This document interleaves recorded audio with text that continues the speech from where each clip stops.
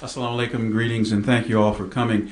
I don't have a prepared speech, but I do have a couple of remarks that I'd like to say in the context of this discussion, this national discourse on the issue of not simply the so-called Ground Zero Mosque, but the religious freedom of Muslims all over the United States, and frankly, the soul of America.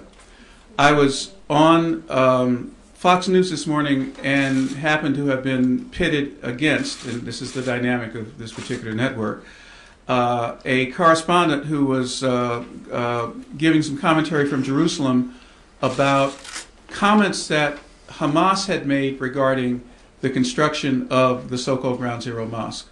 And I needed to say very, very adamantly and clearly that this is an American conversation. It is not about whether or not other organizations, terrorist or otherwise, agree or disagree with the fundamental rights of Muslims to have a mosque or to exercise religious freedoms.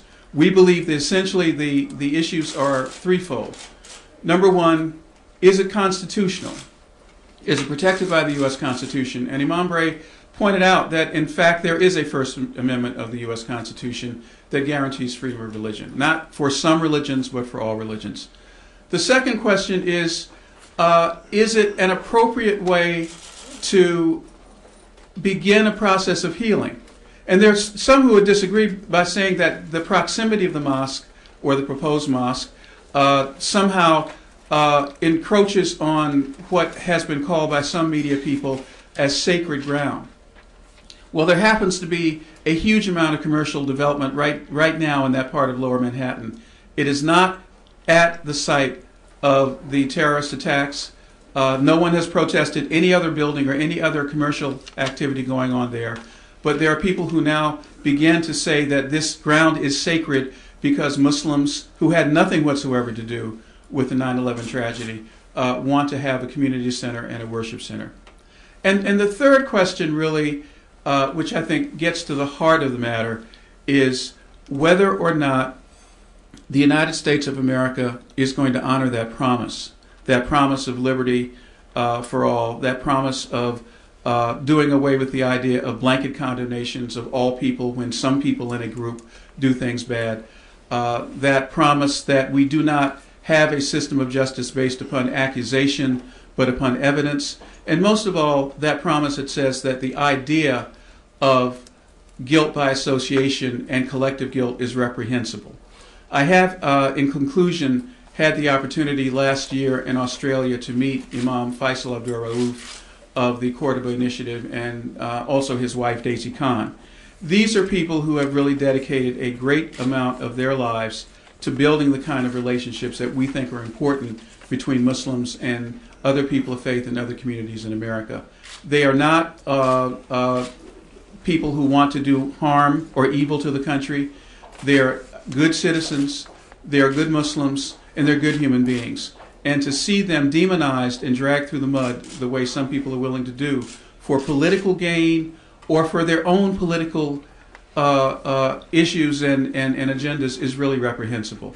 So I say to you, as a person standing before you and an advocate of human and civil rights, that the mosque has a right to be there, that Muslims have a right to be in America. Indeed, we've been in America since as long as there has been a United States of America, and even longer than that.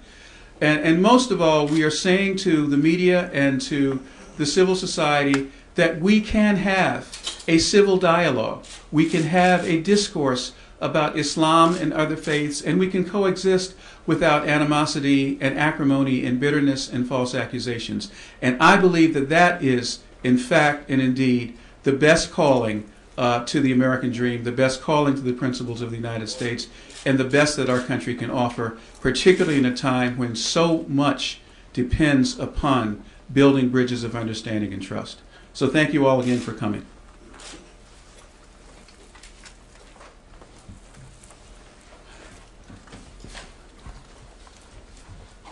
Our next presenter will be Ariel Gingo.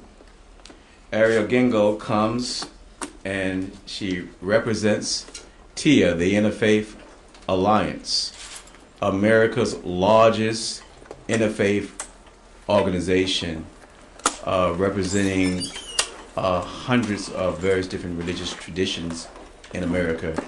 And so we're going to ask. He could not be here himself, Reverend Welton Gaddy, and I have a statement from him that I would like to read, expressing our disappointment, his disappointment, in the tone of the discussion about Cordova House. This is a project that shows the American Muslim community's commitment to democratic values, interfaith dialogue, and civic engagement, and is, in many ways, a slap in the face to the extremists who sought to destroy those values with the September 11th attacks. Violation of the religious freedom guaranteed and protected by the First Amendment of the Constitution.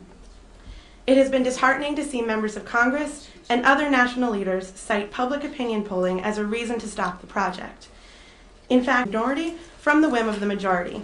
In fact, it would not be a stretch of the imagination to say that if the Founding Fathers had relied on polling data, the First Amendment might not exist at all.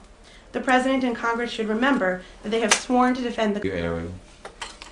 And now from the organization Pax Christi, which is the largest social justice institution within the Catholic faith,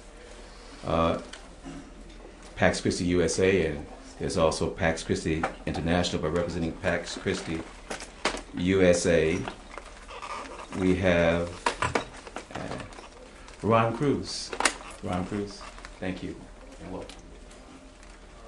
Good morning. Pax Christi USA, a Catholic peace movement center, an Islamic mosque and community center proposed for Lower Manhattan near the Ground Zero site. As the National Catholic Peace Movement, Pax Christi USA believes in the freedom of religion and countering systematic and perpetual, deep spiritual and social brokenness. Catholic social teaching tells us that human life is sacred and that the dignity of the human person is the foundation of a moral vision for society. However, attacks on Muslims and on dark-skinned people, mistaken for Muslims, started almost immediately after 9/11. This behavior is contrary to our Christian teachings and values. Pax Christi USA refuses to play into the fear promoted by individuals and organizations that promote the xenophobic attitude and behavior that has become commonplace throughout the country.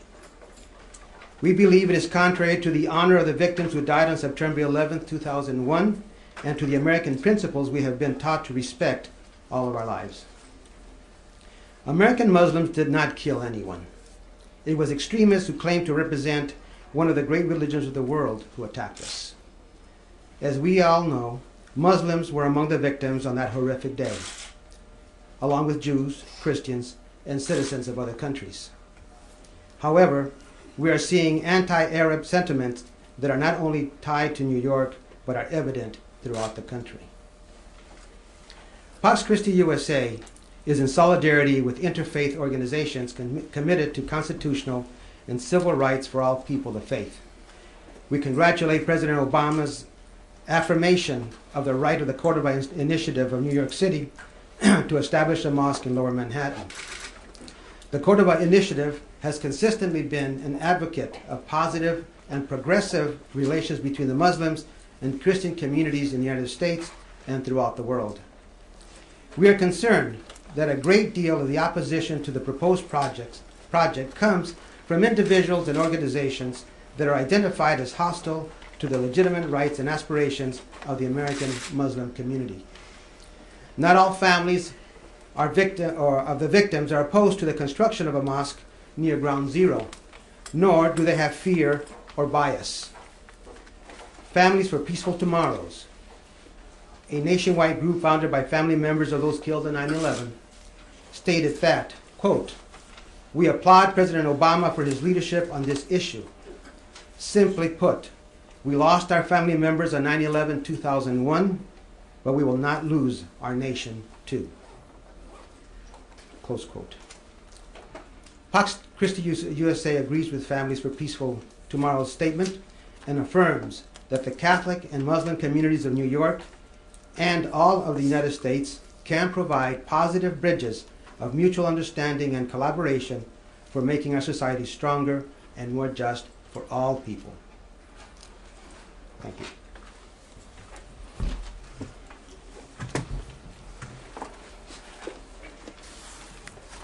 Thank you, Ron.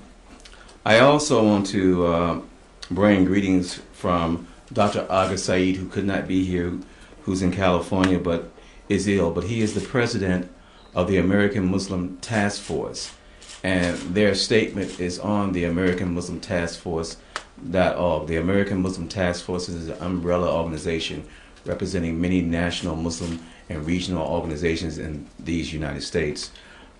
We certainly, during the month of Ramadan, wish Aga well and that he's for a speedy recovery. But you can go to AMT, the American Muslim Task Force on Civil Rights and Elections, and download his statement in reference to his position and his solidarity around this important issue.